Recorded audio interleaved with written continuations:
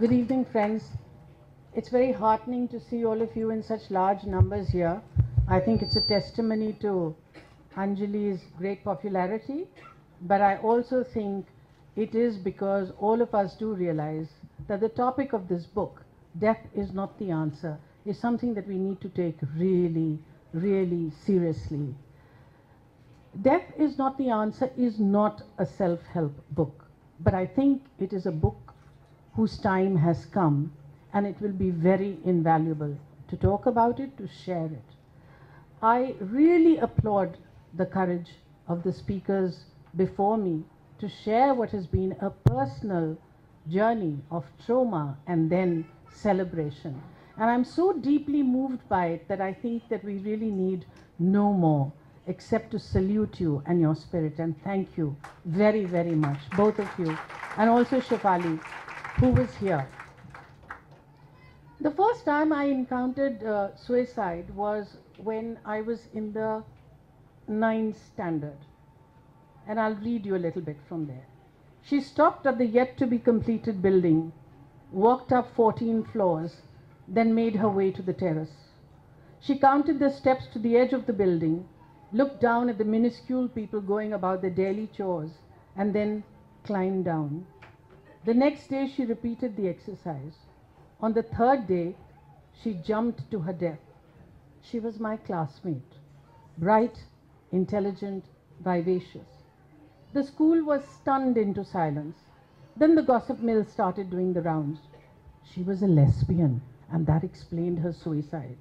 Till this day, I have no idea whether that conjecture was true or not. But even if she was, so what? The cruel fact is that at the age of 14, she had no one to guide her or talk her out of the darkness she felt engulfed by. Suicide fundamentally is an escape from an unbearable situation that is ironically a self-protective move, writes Dr. Anjali, Chhabria. Self-protective? If only. If only. Be it a broken heart, insecurity, failure in an examination, financial constraints, rejection from a friend, standing atop a building and jumping to your death should not be the way out. There is help, seek it. This is the message which not just the youth but all individuals who are vulnerable need to understand. Yes, life will not pan out the way we imagine it will, and there will be times when we may not be in a mental condition to make the best decisions for ourselves. It is especially at times like this that we need to reach out to those who can help us rethink and reconsider. There is always another option. It has been said here before that in our society there is this unspoken fear that the minute you talk about a mental illness, people will look at you as mad and they will make fun of you, they will deride you, which is why people do not treat mental illness in the same way that you would a physical illness. You would, if you had a heart problem, you would go to the doctor. If you had a headache, you would go to the doctor. So why, when it is a physical, when it is a mental illness, do we worry about it so much? This book is an attempt to make us understand that there should be absolutely no shame attached to it. And one of the things that Anjali told me that came as a real surprise to me was when I said that, you know, how do we recognize that somebody is sort of has a tendency to commit suicide? And she said they talk about it. And that came as a huge surprise to me, because you know how we are. If somebody talks about suicide, we say, "Itna drama kar rahi hai, aise thodi koi baat karta hai." She would commit suicide. Now that is the wrongest thing. You have to pick up that signal. If somebody talks about suicide, that person needs help. This is something that we should all realize. In recent times, it's been said a lot that there are so many actors who are committing suicide. What is the reason for this? There's much speculation. There's always some TV actress that you hear about and then you say, oh, she had a boyfriend and there was a problem over there. Some kind of thing saying that, you know, there must be some tendency because she is an actor, that there must be something mad. Recent times, Robin Williams actually, when he committed suicide, it came as such a shock, because I mean, here was this person who had brought humor into their lives, whose sensitive portrayal in Dead Poets Society, you believe that he had life at his fingertips. I have my own understanding, and that's what I'd like to share with you. Acting is a very demanding profession. It demands that the actor remain in a state of perpetual emotional preparedness, ready to explode at the command, start sound, camera, action.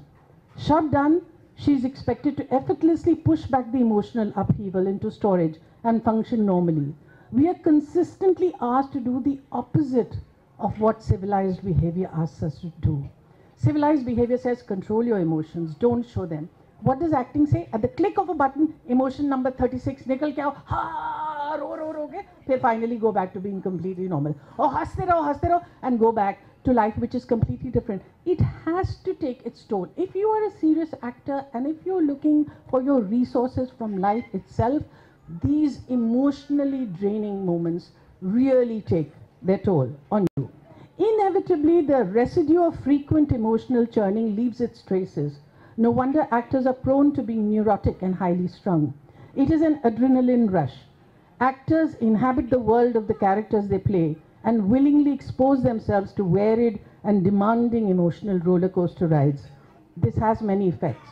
The highs of success, the lows of failure. Coming under the glare of public scrutiny, all this often leads to anxiety and depression. Nobody believes this. An actor is supposed to be the epitome of confidence and positivity. Friends and family are often unable to understand this. Even small irritations start assuming the proportions of insurmountable obstacles. The more you struggle against it, the more tightly the depression holds you in its grip. At such times, you need professional help. Dr. Anjali Chhabria has equipped hundreds of vulnerable people with the ability to recognize symptoms of depression and find the strength to overcome feelings of hopelessness before it becomes too late. So here's to Anjali Chhabria.